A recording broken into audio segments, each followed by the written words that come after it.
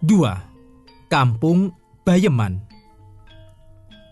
Kawasan Bayeman dibangun oleh arsitek Dayemaus.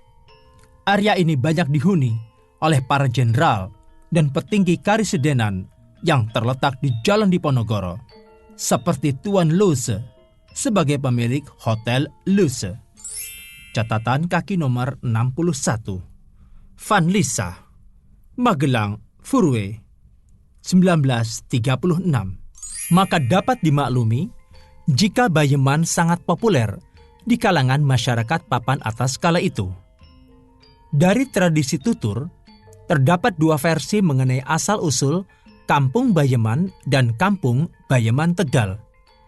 Pertama, merujuk keterangan salah seorang sesepuh kampung, penamaan Bayeman bermula dari masyarakat pendatang yang berniat untuk menetap di kampung tersebut. Mereka kemudian merasakan kenyamanan atau ketentraman batin alias ayem selama tinggal di kawasan ini. Lantaran hati merasa ayem selama bercokol di kampung itu, lidah masyarakat setempat mengucapkan kata ayem berulang kali untuk daerah ini. Lambat laun, kata tersebut berubah menjadi Bayeman. Dalam majalah Kejawen 1935, terbitan Balai Pustaka, terekam kondisi nestapa warga Magelang. Namun, mengaku hatinya tetap ayem karena berpegang teguh pada religi warisan leluhur. Menggah sajatosipun boten bedo kalian sanes-sanes panggenan. Ing Magelang ugi katrajang ing jaman melas asih wau. Tegesipun ing Magelang tiangipun ugi samir kaos tuwin nandang kamlaratan. Ewas samanten katingalipun tetiangipun ing ngriku wau sami ayem-ayem serta tentrem. Kados pundi teka in Magelang beda kawontenipun tinimbang kalihan sanes-sanes panggenan. Jalaran tetiang ing ngriku punika racak-racakipun sami kenceng anggening nglampahi agaminipun ingkang run temurun dipun tindakaken dening para leluhuripun. Catatan kaki nomor 62. Majalah Kejawen, Batavia, penerbit Balai Pustaka 1935. Terjemahan bebasnya kurang lebih sebagai berikut. Sebenarnya tidak jauh beda dengan wilayah lainnya. Di Magelang juga terkena zaman yang memprihatinkan tadi. Artinya, penduduk di Magelang juga mengalami kesengsaraan dan kemiskinan. Meski demikian, penduduk di situ terlihat tentram bahagia.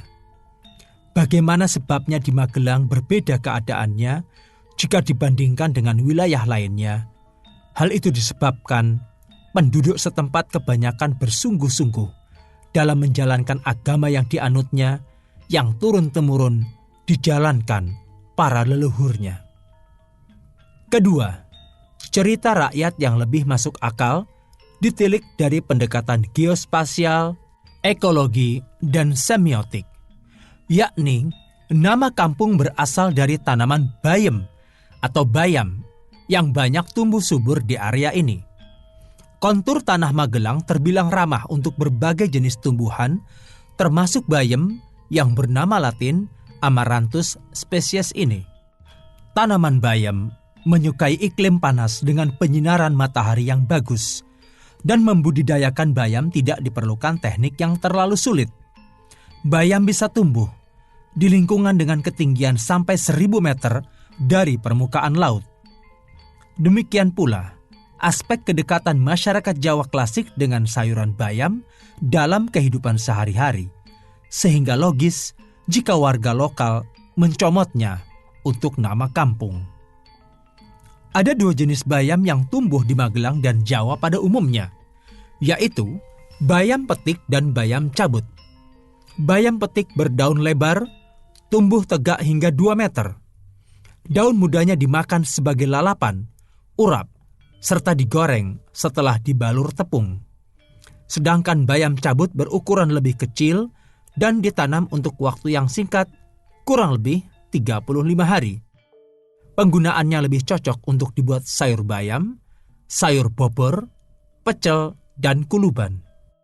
Bayam petik berdaun lebar dan tumbuh tegak besar hingga 2 meter, dan daun mudanya dimakan terutama sebagai lalapan, misalnya pada pecel, gado-gado, urap, serta digoreng setelah dibalur dengan tepung. Daun bayam cabut berukuran lebih kecil dan ditanam untuk waktu yang singkat, paling lama 25 hari. Lebih cocok untuk dibuat sup encer seperti sayur bayam dan sayur bobor. Ditelisik dari aspek kesehatan, tumbuhan yang menjadi identitas kampung Bayeman ini dikenal sebagai sayuran sumber zat besi yang penting bagi pertumbuhan fisik manusia. Sayur tersebut memiliki segala kandungan nutrisi yang diperlukan bagi tubuh, yaitu kalsium, protein, serat, folat, magnesium, mangan, sumber vitamin K dan vitamin A. Berkat kandungan ini, banyak khasiat jika kita mengkonsumsi bayam, antara lain memerangi sel kanker, meningkatkan penglihatan, menyehatkan jantung, menghindari diabetes, menguatkan sendi dan tulang, melindungi sistem pencernaan, menyehatkan kulit, dan lain sebagainya. Catatan kaki nomor 63. www.caratanam.com. Cara menanam bayam. Diakses pada 18 Maret 2018. Pada masa silam, luasnya Magelang dan Kampung Bayeman cukup potensial untuk ditanami bayam oleh para warganya. Sekedar diketahui, untuk menanam bayam pada 1 hektar lahan diperlukan 5 sampai dengan 10 kg benih. Biasanya, untuk 1 hektar lahan bisa menghasilkan sekitar 20 ton bayam cabut. Budidaya bayam sudah bisa dipanen saat berusia 20 hari sejak masa tanam atau tinggi tanaman sekitar 20 cm. Dengan demikian, masyarakat Magelang tidak khawatir kekurangan bayam, justru melimpah dan merasuk dalam memori kolektif warga sehingga akhirnya dipakai sebagai nama kampung. Sejarah mencatat, di Kampung Bayeman terkenal dengan bangunan gereja yang dipenuhi oleh umat beribadah.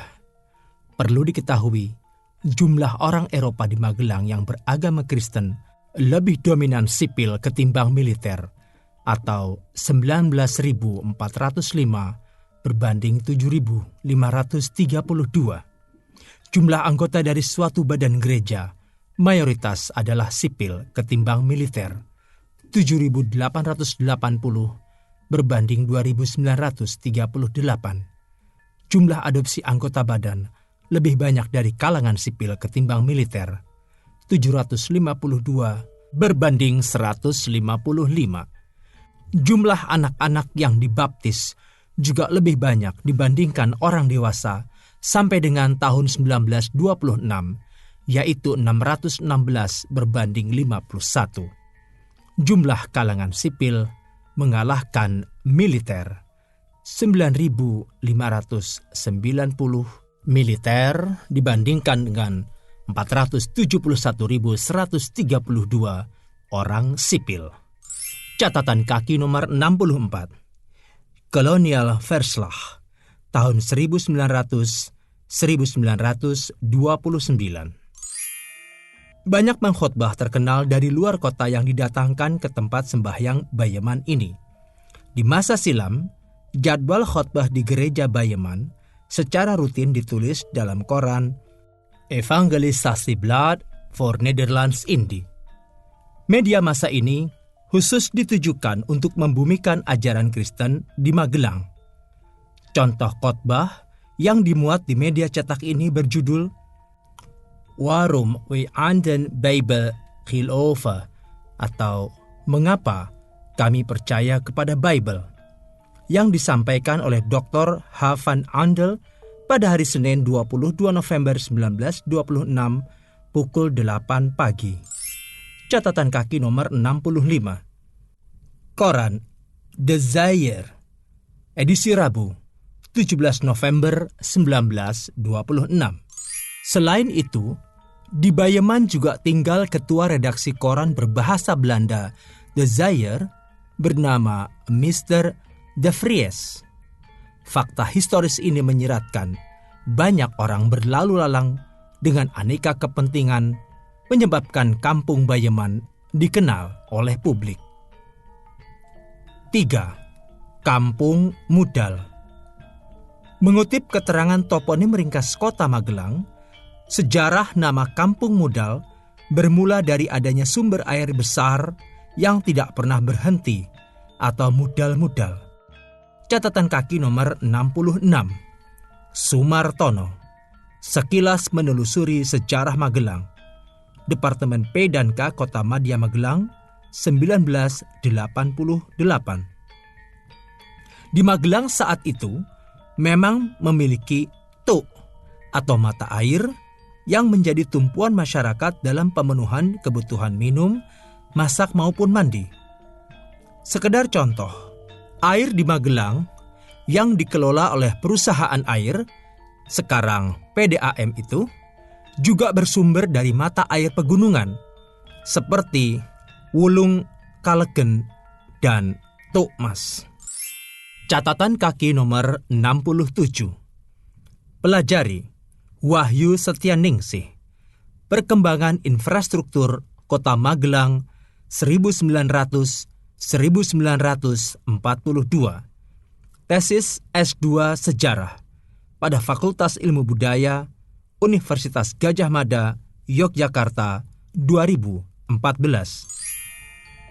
Air yang mudal atau melimpah itu disyukuri oleh warga Magelang sebagai anugerah Tuhan karena diselamatkan dari bencana kekeringan. Bahkan timbul pemahaman klasik bahwa air bukan unsur sembarangan dalam hidup.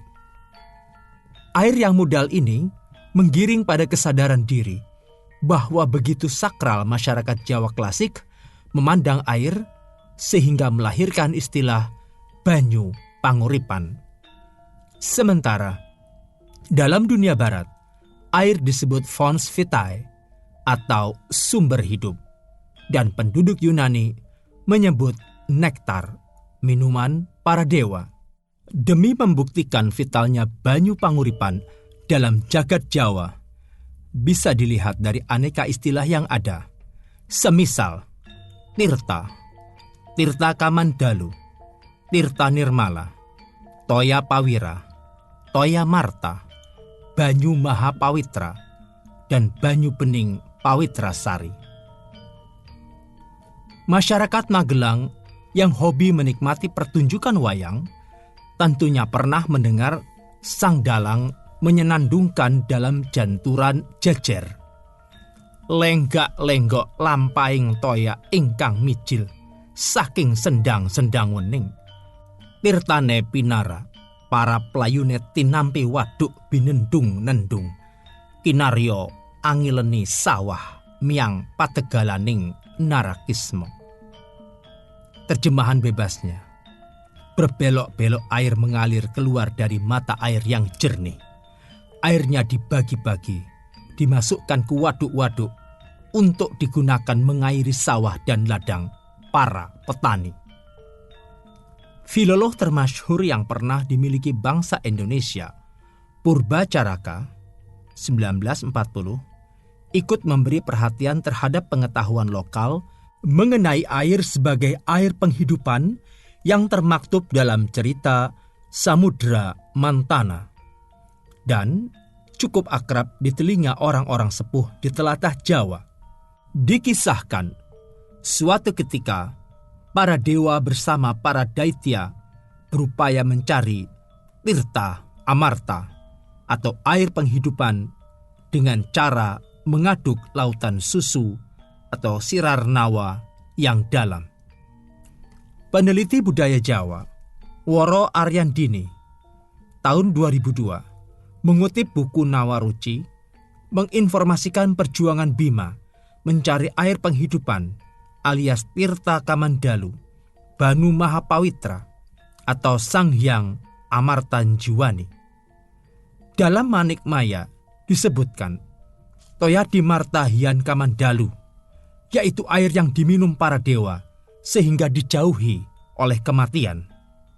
Sekali lagi, toponim Kampung Mudal bukan hanya membuktikan melimpahnya sumber daya air yang besar yang tidak pernah berhenti atau mudal-mudal di Magelang, namun juga membawa pesan bagi manusia dalam memperlakukan air sebagai anugerah Tuhan yang tidak terperi. Catatan kaki nomor 68. Baca Woro Aryandini, Wayang dan Lingkungan, Jakarta, Penerbit Universitas Indonesia, tahun 2002. 4. Kampung Jenangan. Kampung yang terindikasi dengan profesi atau fungsi lainnya di Kota Magelang adalah Jenangan. Nama kampung ini berasal dari kata jenang, sejenis makanan ringan tradisional yang terbuat dari tepung beras atau ubi dan menjadi salah satu makanan favorit orang Jawa di masa silam. Hingga kini, jenang masih tetap menjadi menu tradisional andalan yang digemari publik di Jawa dengan bentuknya yang kenyal atau semi cair untuk dinikmati sebagai kudapan selingan di antara waktu makan. Catatan kaki nomor 69. Peter Hanold, Mansfield's Encyclopedia of Agricultural and Horticultural Crops, Berlin, Springer 2001, halaman 1046. Sebagai salah satu produk kuliner tempo dulu yang dominan, jenang menjadi komoditi yang sangat laku. Pembuatannya juga menjadi suatu profesi bagi mereka yang memiliki talenta mengolahnya.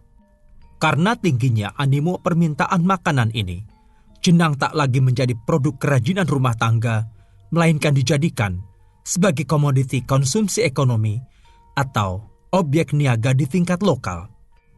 Pemasarannya berlangsung dari rumah ke rumah oleh pedagang eceran atau peddler, atau dijajakan di lokasi tertentu seperti di tepi jalan raya dan di pasar. Catatan kaki nomor 70. Timothy L. Gall and Janet Hobby, World Mac, Encyclopedia of Cultures and Daily Life, volume 3, Michigan, Gale Publishing 2009, halaman 429. Keuntungan ekonomi yang dihasilkan penjualan jenang mengarah pada adanya investasi modal dan pengembangan usaha bagi produktivitasnya.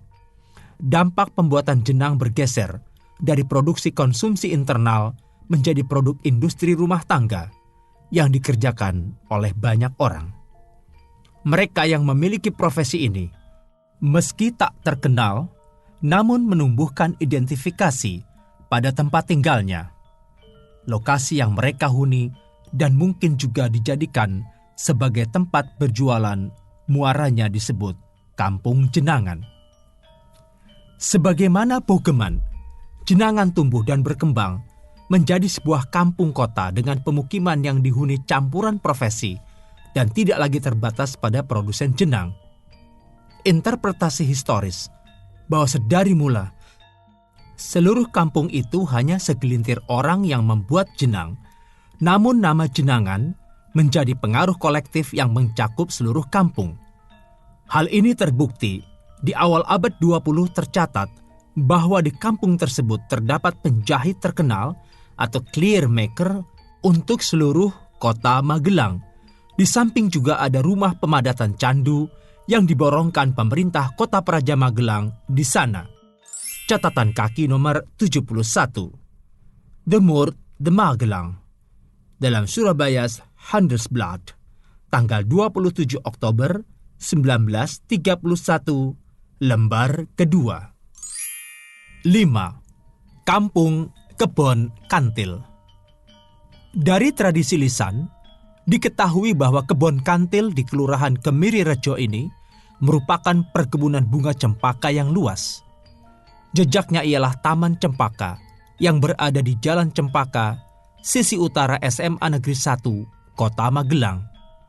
Di sebelah utara taman terdapat aliran anak Sungai Progo yang menyokong pengairan perkebunan cempaka itu. Bunga kantil atau cempaka putih, Michelia alba, ialah tanaman dengan bunga berwarna putih, berbau harum dengan tinggi pohon mencapai beberapa meter.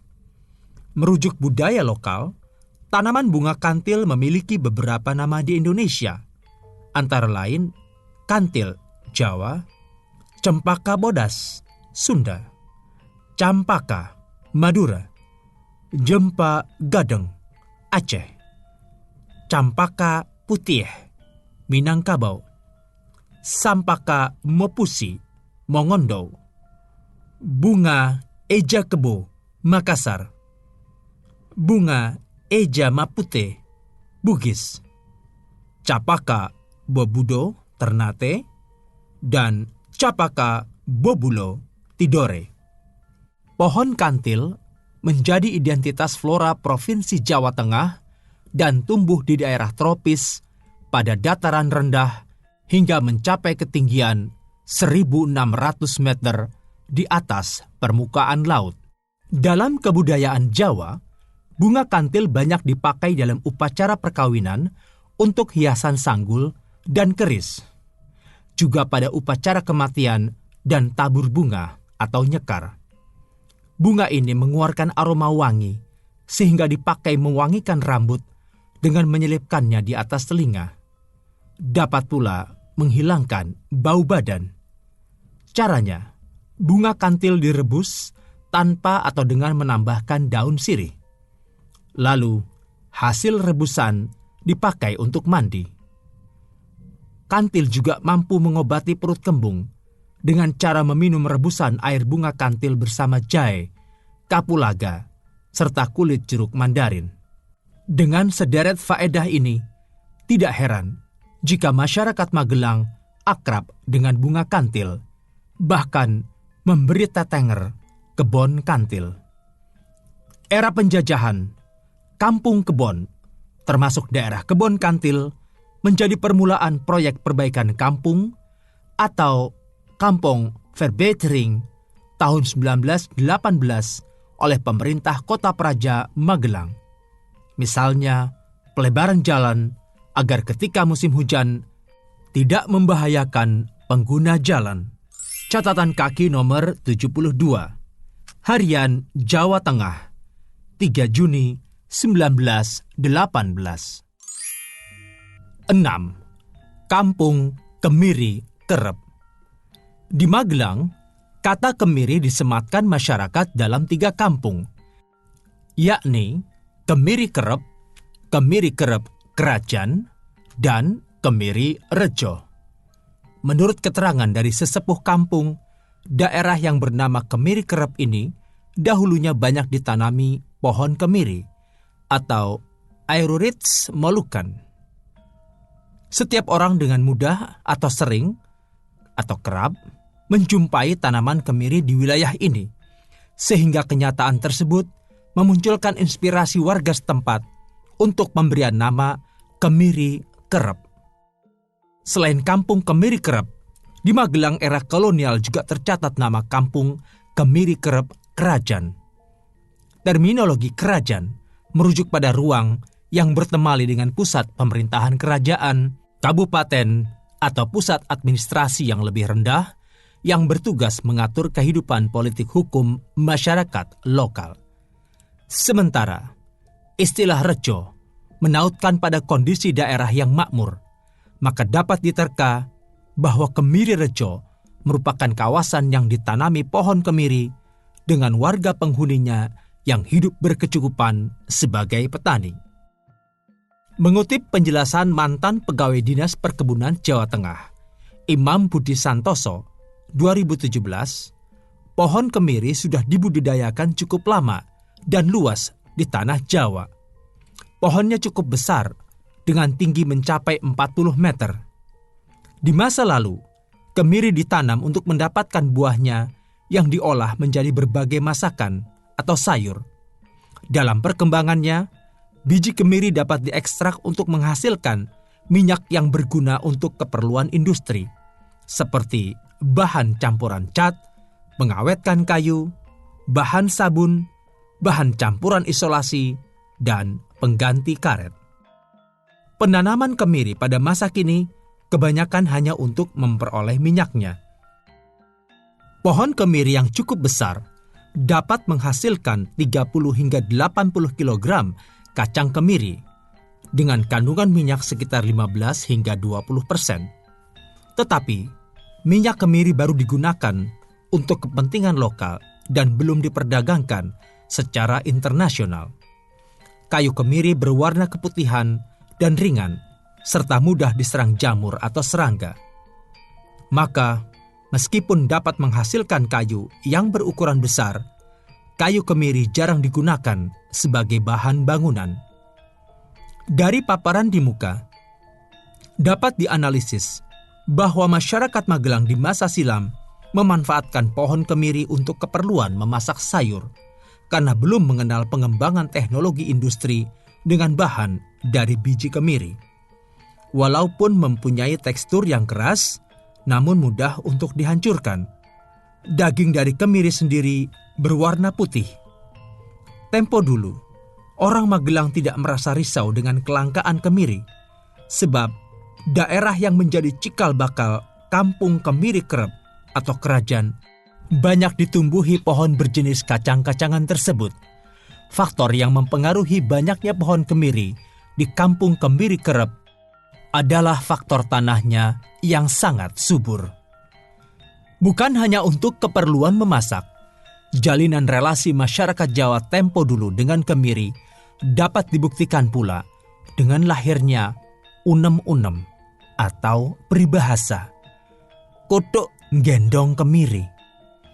Ungkapan lokal ini mengandung arti ikan kutuk atau gabus menggendong buah kemiri. Ini adalah sebuah sindiran sekaligus nasihat kepada perempuan yang bepergian jauh namun menggunakan perhiasan yang cukup banyak. Padahal jalan yang ditempuhnya tidaklah aman atau berbahaya. Menurut penuturan masyarakat setempat, di kampung Kemiri Kerep memiliki tokoh legendaris atau pepunden bernama Mbah Kiai Sapon. Nama lelaki yang hidup pada era kolonial itu tetap berkumandang di hati warga karena ia mampu melindungi kampung dan berperan sebagai paranporo alias rujukan warga tatkala ditimpa masalah. Lantaran memiliki jasa atau peran di masa lampau, kuburan Kiai Sapon yang terletak di pemakaman RT 7 RW 3 sebelah Masjid Al-Huda itu dijadikan tempat ziarah terlebih pada bulan Ruwah.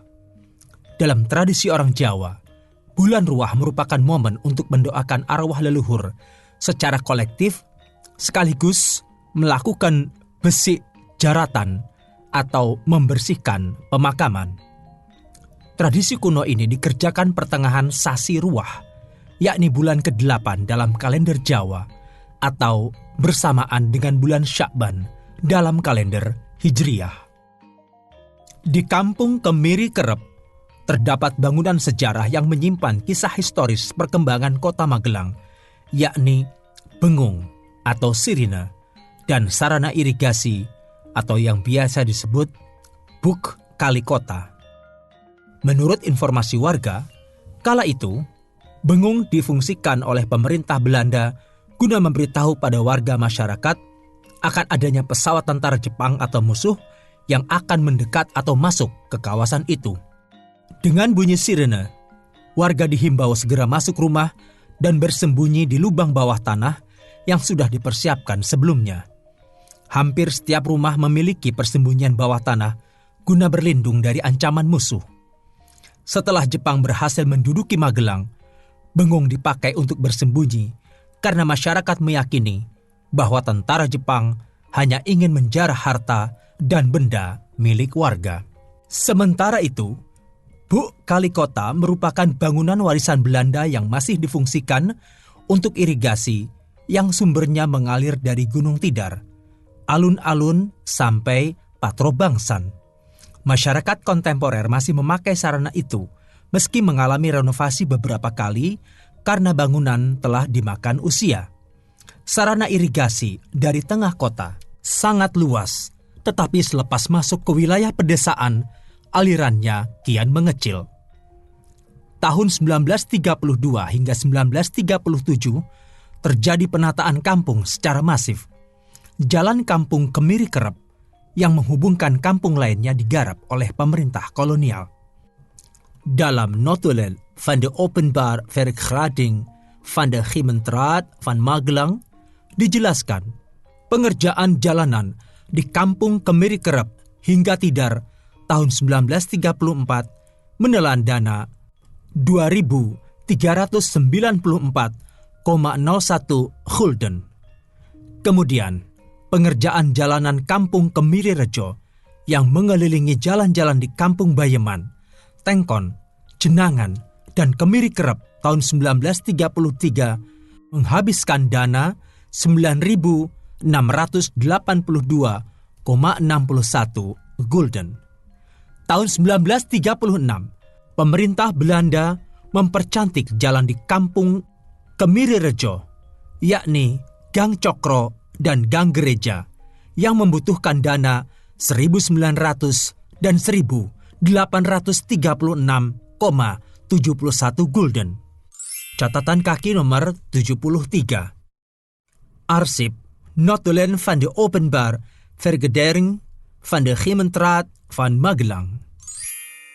Fakta-fakta historis di muka menunjukkan kampung Kemiri Kerep dan Kemiri Rejo juga diperhatikan betul oleh pemerintah kolonial dalam semangat pembangunan kota Magelang dan membuat nyaman masyarakat setempat.